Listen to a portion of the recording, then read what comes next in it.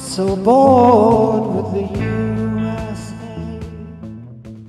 Dean and Britta are on their way to New Zealand, doing what a lot of folks are talking about since the recent U.S. presidential election. We caught up with Dean just before the elections to talk to him about what to expect when the duo tour New Zealand this time around. Will there be Galaxie 500 songs from the recent Uncollected Noise compilation? Festive tunes from their upcoming Christmas album? What's up? I'm excited about it. I've never played the South Island, so it's nice to have the shows in Dunedin and almost Christchurch, Littleton. That's close enough. Yeah, I think it looks like it's 20 minutes away, so it looks like it is. Oh, that's good. So I'm surprised you never played down there. All right, that'll be exciting for everybody concerned. Now, before we get into the tour, I just was curious. I think you did something, took part in something called the Cabinet of Wonders that Wesley Stace, or John Wesley Harding, or whatever he's calling himself these days, put on a few months ago with folks like Yola Tango and John Doe. So I'm wondering if you have any comments about that. I've done a few of those Cabinet of Wonders shows that Wesley does. They're always really fun. Yeah, this one, as you say, it was John Doe from X, Yola Tango, the Irish poet Paul Muldoon, who's fascinating, Dean and Britta, and it was hosted by the Bob Dylan Center. Oh, in Tulsa, Oklahoma. Right. And I've always wanted to go to Tulsa, and this was an expenses paid way to do it. Nice one. But we checked out the Dylan Center, which is right next to the Woody Guthrie Center. Right. And people wonder why on earth is it in Tulsa, Oklahoma? Right. Because Dylan, of course, is from northern Minnesota. Right, but I think he just said he liked the idea of it being there. So I suspect there might be other financial reasons. I would hope so. Yes. And what was the exhibition like? It was great. Yeah, it's small. Yeah, but that's fine. It's just you can spend a couple hours in there just looking. And then I went over to the Woody Guthrie Museum as well, and that was fascinating. We found this poem that Woody Guthrie had written in the 1950s, and I guess an unfinished song called "Trump Will Make a Tramp Out of You" or out of me.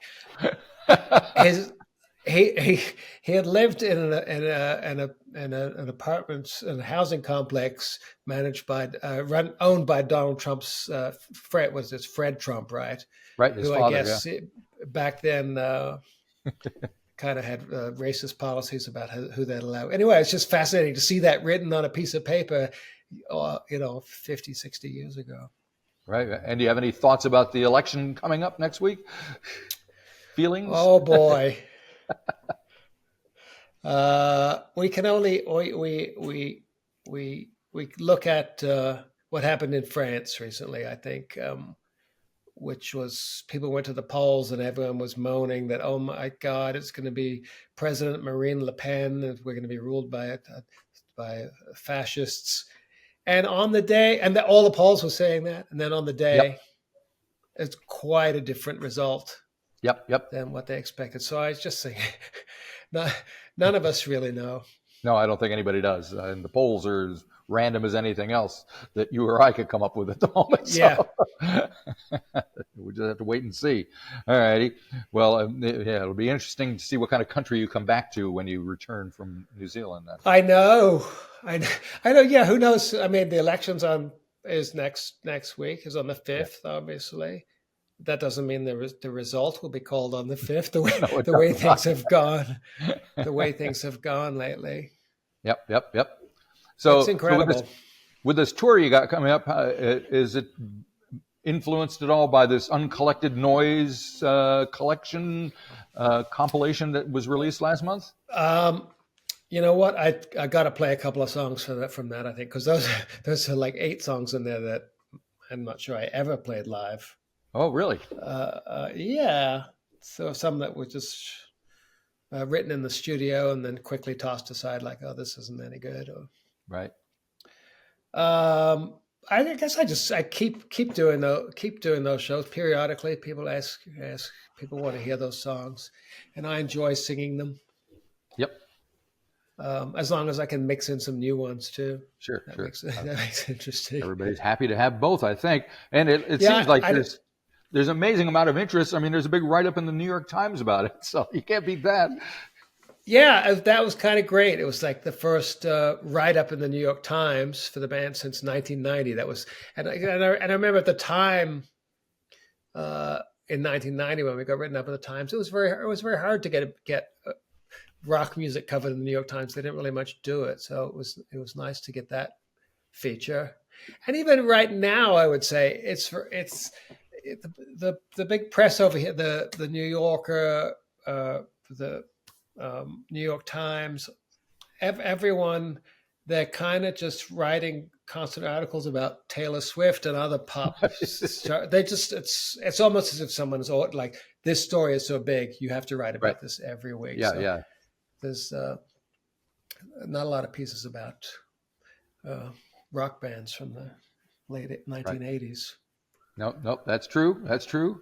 And how do you feel about the band as it was, looking back on it now, 30 plus years later? I think the records have aged really well, and I look at lists of what else came out then, and I'm like, these are among the best records that came out in 1988, 1999, and 1990. And I don't think we thought that at the time. We didn't. Right. We were close to it, but I think maybe part of the reason they aged well because we weren't really part of a particular scene. We weren't on the shoegaze scene or speed metal or grunge. We were just doing our own thing. And 1988, it wasn't quite the 80s anymore. They're not. The records don't sound like the 80s, and they don't sound like the 90s. That's a plus, they don't sound I like the reckon. 90s. Yes, I think so too. Although, you can do. Some people have done tasteful things that sound like. Yes, the 80s. well, I was just listening to the new Cure album that's about to come out on Friday, and those are decent records that came out in the 80s, but there are others that are just cringy. Those are fantastic. Yeah. Those are fantastic. I just did an interview for some English publications about the first few Cure albums. Oh, really? Which I love. Yeah. And do you have share some thoughts about the feelings of the Cure while I got you?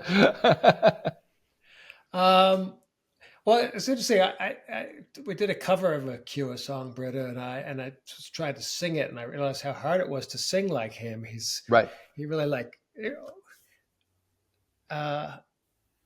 he kind of belts it out. I don't know. Actually, you know what? I guess so do I in Galaxie 500, I suppose. But somehow I found that difficult.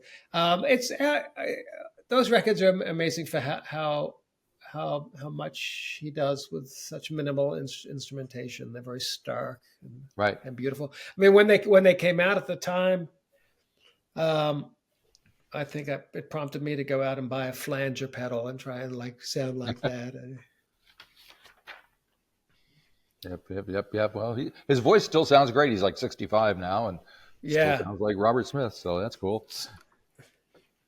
That record's not out though, right? It's coming out on Friday, I think. Okay. Yeah. But you've heard an advance copy. I mean, I guess there's a couple of songs out. Maybe I should. Yep. They're very long and kind of. Really? And he's singing about getting old and dying. It's typical Cure stuff. So. Right. Typical Cure stuff. Yeah. He could have done that when he was 25. So. Yeah. He probably did. Well, I guess I'd I love that first, right? The one that came out as "Boys Don't Cry." I think it's Three Imaginary Friends, and and that one he had felt like he didn't have much control over. It's like pop and up tempo, and then the next one he's like, "No, I'm going to go do something. I'm going to do it all myself, and no one's going to tell me what to do." Now, getting back to your thing, that uncollected noise thing, it draws from five. It looks like 5 different sessions, like starting in February of '88 and going through to '90. Is that how you guys worked in those 5 sessions, or were there more? I think those were just about the only sessions. I know there were 2 sessions for the first album. The first session was Tugboat and King of Spain and Oblivious. Uh-huh. and then a few other songs that weren't as strong, and that got rewritten with some different lyrics. So we went back a few months later. That one did a second session for That would have the been Today in album. July, it looks like, according to my Yeah. note. Yep. And then there were two different sessions for On Fire. Right. I know, because the first sessions we had a deal to make some demos for Slash Records, and we went in and demoed some songs. And they were called demos, but we were like, these sound pretty finished to us. Right. We didn't do anything else. Yeah, two sessions for On Fire, and then one for This Is Our Music, which maybe could have used another session. Maybe we could have gone back again, but by that point, I think I was kind of ready to go. Ready to go. Right. That's interesting. And what was the vibe like during most of those sessions? Were they kind of creative or tense or loose or what? They're tense because we work so quickly. They were fun. It was fun. I mean, good. the final album, I would say, what probably wasn't fun. Those sessions were a little tense. We were getting along great at that point. Right. But yeah, I don't know. That's what happens in the studio. Your bands sit there, especially as you go along. You sit there, you argue about things that no one else would even notice, like Yes. the sound of this or that. How loud is the kick drum? Or this? Yeah. Spend hours talking about that when no one else will know. You did a couple of interesting covers in those last sessions. Velvet Underground, of course, but Buffy St. Marie and the Rutles. Yes. All right. And I love the Rutles because you guys really got into it with those kind of day in the life strings and stuff going on there. Yeah, that was Kramer is responsible for those. Oh yeah.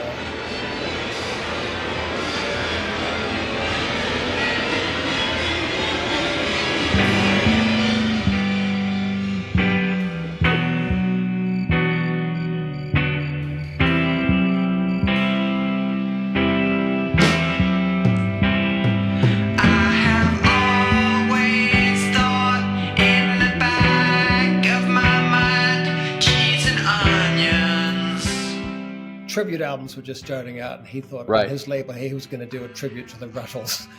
So he's steeped in the Beatles and did those arrangements.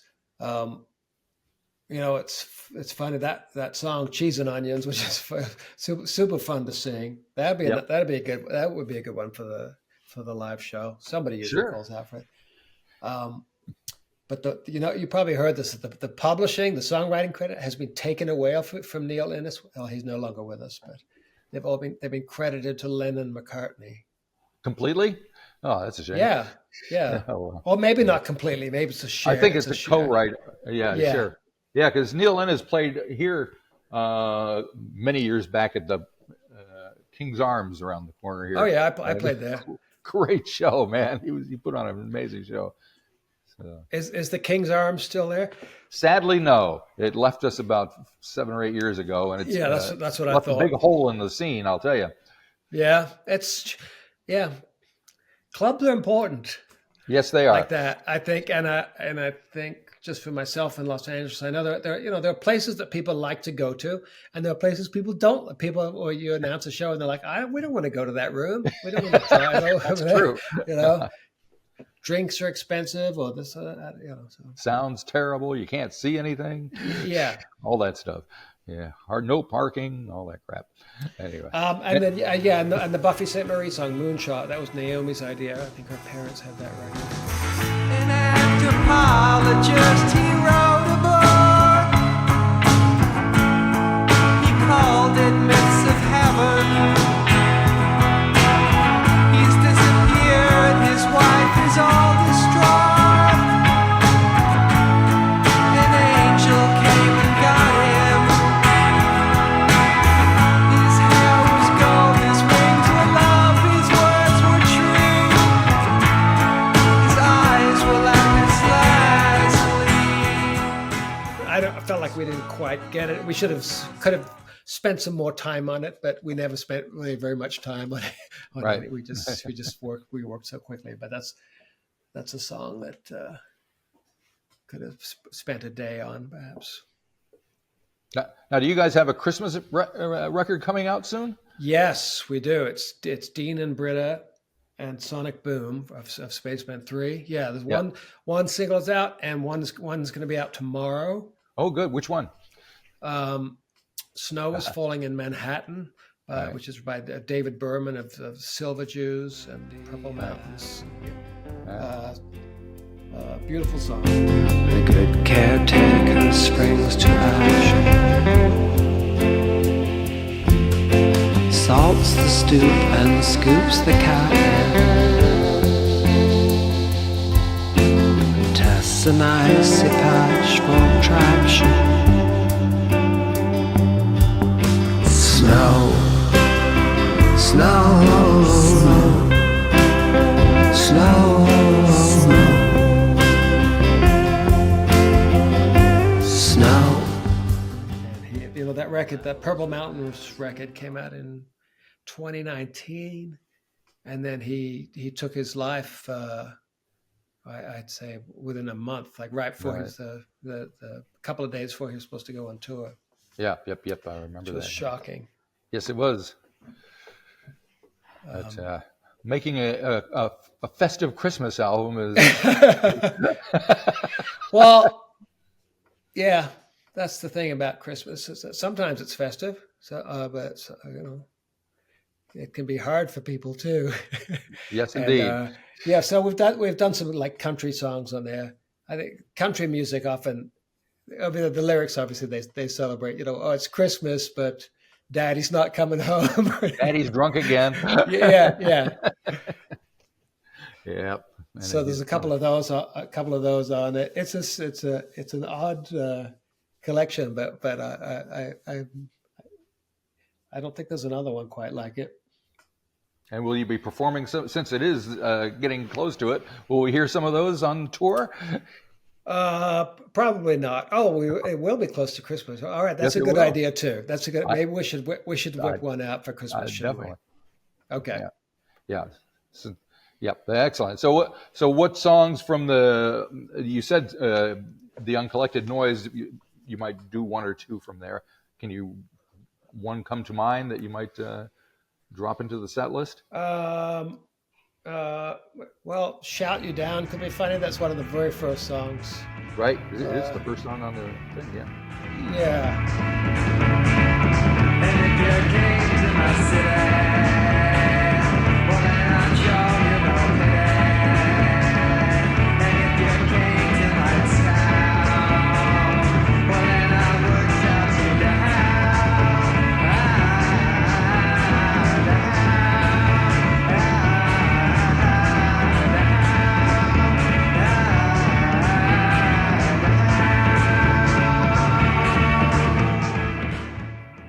Shout You Down, Cheese and Onions. I don't know. I have to think about it. We haven't started practicing yet.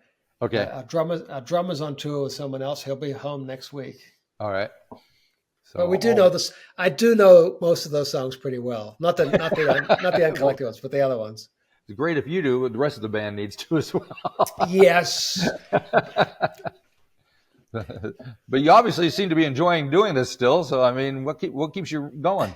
Is it the new stuff? Is it do you like? Well, the new stuff. The new stuff does. Yeah. I mean, I was really happy with the solo record I did a couple of years ago. Right. And I have another one of those coming out next year. Oh, good. So it's still, it's, when I say it's fun, sometimes it's fun. It's fun in the studio. It's torture also, but it's. And what makes it torture? Is it you? It's what I do. It's not torture in the studio. We don't torture each other. It's torture. Writing lyrics is torture, and sometimes it's delightful. Sometimes things flow for a week, and then sometimes I'm just like I have nothing. And then I'm like, how can I have nothing? There's a whole world out there of things to sing about. But Yep. You got to be in the right place at the right time and the right frame of mind, I guess. Yeah. Yep. So, of course, one of the things that's written about you and the stuff that you've done is how influential it is, which is kind of a code for, well, it didn't sell very well, but here we are. We realize looking back that maybe it should have. Are you okay with being influential? Yeah, I think, that's true to a point. With Galaxie 500, we certainly, we went over to Europe and we toured. We did pretty well. We did well on college radio in the United States. So, and, in that own small world, actually, we did well and had fans. So the notion that nobody paid attention to them, no, we had our fans, but it has continued to grow, and it's probably bigger than ever. And I think sometimes the internet maybe helps with that. The internet, it takes away, but it gives also. That's true. It makes it easy for young people to discover music without having to depend on radio in whatever town they live in, or buy things. Yeah, because just listening to your this compilation, you go, oh, don't know that song by such and such, and you can click on that as well, and seconds from that, then you're checking it out and kind of up to speed. Yeah, it's cool. Yeah, it is. It's great. It's just wish everybody got paid. It's true. Well, we get paid something. We do. We're just those records. We're actually weirdly in a good position because the record company went bankrupt, and so the masters came back to us, so we own our own records. That's very nice. Personally, I feel like a lot of the noise about streaming, people are like, where's my money? And it's actually a question you have to ask your record company sometimes. Yeah, because it's a collusion between the record companies and the streaming. Yes. So sadly, most artists are left out of that equation or discussion. But and you guys came close to signing with a major, didn't you, Galaxie? We would have, if I hadn't left the band, we could have signed with a major. I think, the Columbia Records were interested in us, but I wanted out. I got out. Fair enough. And you've never wanted back in? That was no. I don't think no. We live in different. We get along fine. We have business to conduct together, and we email back and forth, and it's all fine. But I don't. Yeah, it would be weird to go. I know everyone always thinks that bands should do that. That you should get back together, and I'm just kind of like, wow. Are you back together with your girlfriend from 1991? Good question.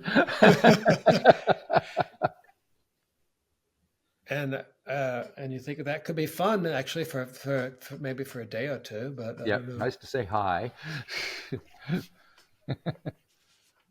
But and your drummer is who? Roger? Is that the name of your drummer? Roger Brogan, yes. He's great, Roger, and he knows these songs well too. So, and we've been playing with him now for close to 10 years. Cool. All right. He's on tour with his.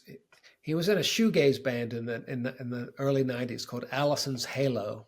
Okay, that's a pretty good name. They were from Phoenix, Arizona, and this is an example of a band that nobody knew back at the time, and then recently through, I don't know, TikTok or Instagram or whatever, somehow this has been discovered, and also they're back together and going on tour again, and bigger than they ever were. Well, that wouldn't have been hard. No, that's true. That wouldn't have been hard. Yeah. We'll throw a couple of their tunes into your set. See, we'll check it out. It sounds like it's kind of open, so that's cool. We'll put it on the walk-in music. If you enjoyed this episode of the 13th Floor's Music Talk series, please be sure to subscribe to the website or to the YouTube channel. Follow us on Facebook or Instagram, and wherever you find your podcasts. There's a whole lot more to discover.